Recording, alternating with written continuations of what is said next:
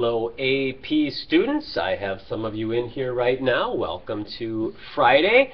It is a wonderful way to end the week. Hopefully yesterday went very smoothly. Cross was your volunteer model. Thank you very much, Cross, for volunteer modeling for us. We'll have to buy you a donut on Monday or something like that. No promises. Sorry, Cross. Today what you're going to be doing is, this is your last day in studio to be working on these figure drawings. We spent a long time on them, thinking that last week was going to be the time for you to master this, and this week we were going to be on something totally different.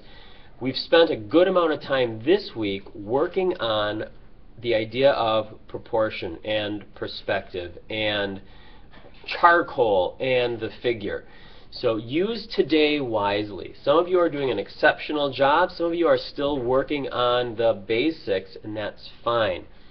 Today's image is Richard Diebenkorn, master painter, fantastic illustrator. No, he wasn't an illustrator. He was a drawer. He was a painter. And his figure is very simple looking, but he spends a lot of time doing exactly that. He spends a lot of time looking and making it right. So think about, how are you making your figure right? How is the proportion handled? Are you wiping away the areas that don't need to be there? Or are you just filling the space with marks because you feel like that's what you have to do?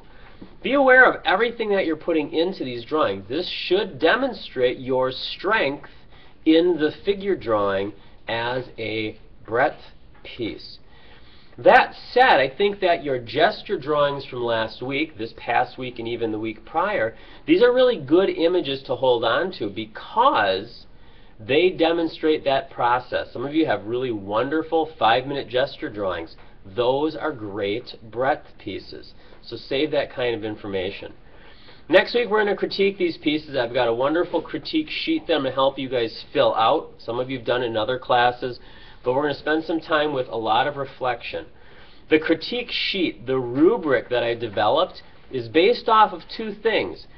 It's based off the National Visual Arts Standards, but more importantly, it's been based off of what the Advanced Placement rubric has been. So where it says good or strong, those are ideas that I took from the AP level because I want this to be pertinent to what you're doing. So think about where you are. Are you rating yourself at a 5 or a 6? Are you still hitting the 3? Are you below the 3? Are you a 2? Are you a 1? Are you dealing with your imagery in a weak fashion or a poor fashion or a basic fashion? I want you to be self-critical on this. This is your growth. This isn't about me. This is how are you developing as an artist. So use the rest of today and this weekend, if you have to really revise, reflect, and resolve this figure drawing. So those of you sitting in the class right now who are watching me from the side, do this. Hello, welcome back to Friday, it being Wednesday from your point of view. And we'll see you guys on Monday. Have a great weekend, a very strong drawing day.